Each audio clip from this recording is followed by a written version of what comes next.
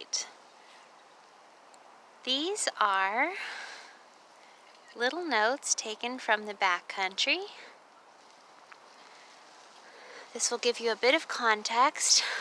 Check out the Singing in the Mountains video and the Timothy Lakes to Mount Hood Wilderness scenic video.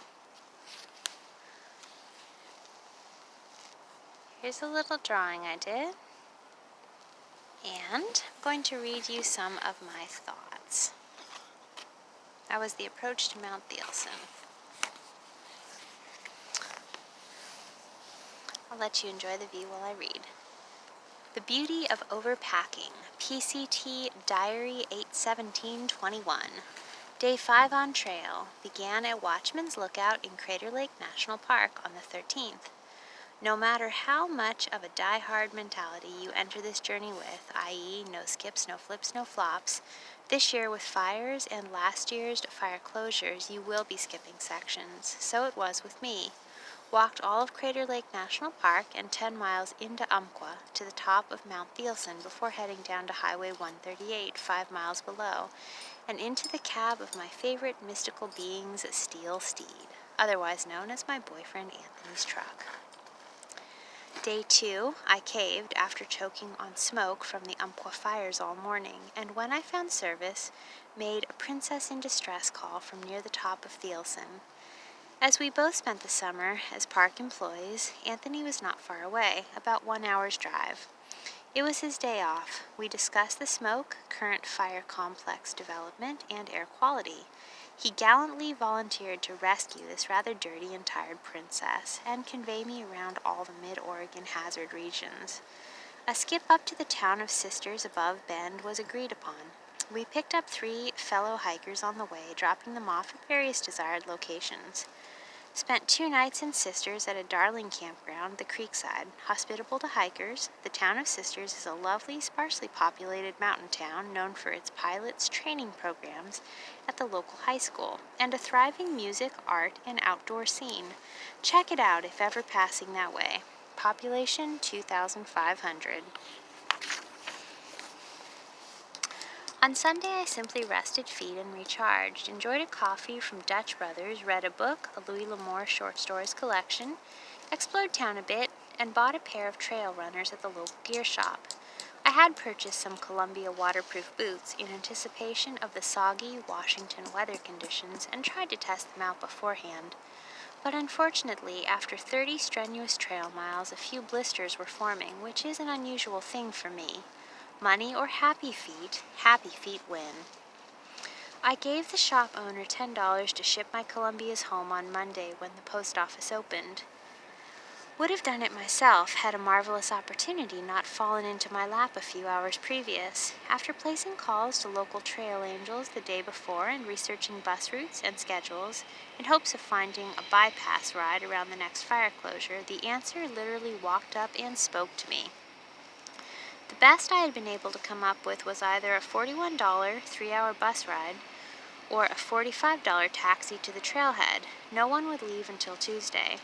I wanted to end 10 miles from a main road near Timothy Lake Trailhead, the backside of nowhere. Closest I could get by bus would be 20 miles north of there. Beggars can't be picky. After drawing for a few hours on Sunday sitting by the creek, I headed over to chat with the camp host. She was not at home. But as I walk up, a car pulls in and a very spry older lady gets out. A conversation ensues. Her name is Blanche, one of the 3 local trail angels. She was currently off duty, as a 100-mile hike of her own was to begin the next day with her friend Colleen. Just a second, checking the time. Oop, can't check the time. Both are in their 70s, but look easily a decade younger. Blanche's nephew Kyle, owner of a local restaurant and avid outdoorsman, was giving the wanderers a ride to Timothy Lake's trailhead the next morning at 6 a.m. in his truck. I had left a message on Blanche's phone the day before, having gotten it off a PCT town info sheet. but been informed by her message recording that she was currently hiking and unavailable to assist for the time being, followed by 2 other numbers to call. Long and the short of it is, at 6 a.m. the next day, Blanche, Kyle, and Colleen stopped at Dutch Brothers Coffee to give this happy hiker a lift at no charge over 120 miles right to Timothy Lake Trailhead, Highway 42. Lovely folks all. What a blessing. Feet were so happy in the new trail runners, I felt like Apollo with winged heels. Forecast was predicted clear and warm for the next few days, which was a comfort. Mount Hood, high point of Oregon, loomed ahead 22 miles and 4,000 feet up. Enjoyed a smooth, wild blueberry-enhanced 18 miles along some stunning and well-kept trails. Listened to robin climberers braiding sweet grasses for a bit. Lovely day. Bedded down at 8 o'clock with a book, cowboy style, no tent needed. Clear skies. Woke up 3 hours later to a few raindrops. Hurriedly erected my tent. Good thing. Forecast be damned, it poured all night. This morning, Hood, 4 miles away and 2,000 feet up, was completely invisible, misted in fog, with increasing gusts as I approached the summit. Stopped to check out the lodge, a historic building, circa 1936, very Art Deco. Cool place with a unique 2-story circular interior balcony in the Great Hall surrounding a massive fireplace reminiscent of Shakespeare's Globe Theatre. Picked up a resupply box, inquired if any bunks were available, hiker special, cheaper alternative to the $300 per night regular rooms, but alas no, all full. Checked weather report. At our elevation, current temp was 26 degrees at 10:30. High of 36 with 20-mile-per-hour wind and rain. Put phone away in a Ziploc bag to keep her safe, deep in my pack. Raincoat on, pack cover on, and off I go to lower elevation and hopefully warmth and sun. About 5 miles from the lodge, found myself, along with another hiker, on an unaccountable bonus miles loop called the Paradise Trail Loop, a waterfall and wildflower bonanza. It parallels the PCT at higher elevation for about 2.5 miles before reconnecting. When seen on a misty day, it's easy to imagine yourself in Tolkien's Misty Mountains with hobbits looking down from the rock outcroppings. Very scenic. Unfortunately for lost hikers using gut hooks, this trail is not shown. Your little blue dot simply floats on the top of the mountain. Fortunately, I also carry a hard Nat Geo map. Extra weight, but tech can't always be relied on. Paradise Loop was shown. Eventually, it would rejoin after some high country scenic meandering at this point, 2 other off-trail hikers were spotted, likewise seeking the mother trail. The culprit was a trail junction sign which had been pivoted by parties unknown, hopefully unintentionally, to point in the wrong direction. Judging by the footprints evident in the mud, we were not the first 4 to pass this way today. An hour later, trail was rejoined. I wish I could have captured some photos, but the hazard to electronics was simply too high for any filming. You will have to visit Mount Hood and hike the Paradise Loop Trail to experience this for yourself. Many great campsites. If weather had not been so dire, I would absolutely have stopped and explored, but sunshine and lower elevation were today's goal. Onward. I write from 10 miles beyond Mount Hood and 2,000 foot lower elevation. I'm afraid despite best practices, during the last hour I was shivering and the teeth had set up a clatter. Much blowdown in this stretch.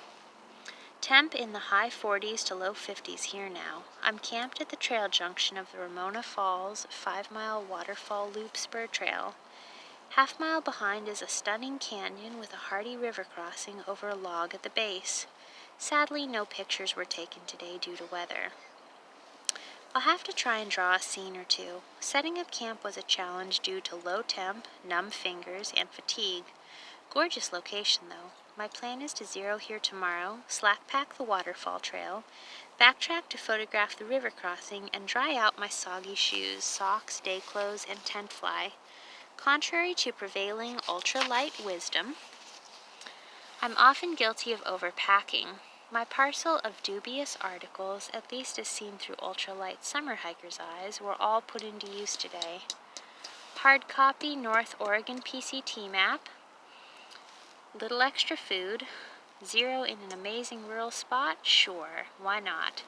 And last but not least, after camp was made and all soaked things removed, my puncture-proof emergency blanket, silk cocoon plus 10 bag liner in my bag, and full-body dry clothes, plus some hot food, see me happy and restored in my tent. Put an emergency blanket over your sleeping mat if really cold. It helps so much. Today was hard, but completely stunning.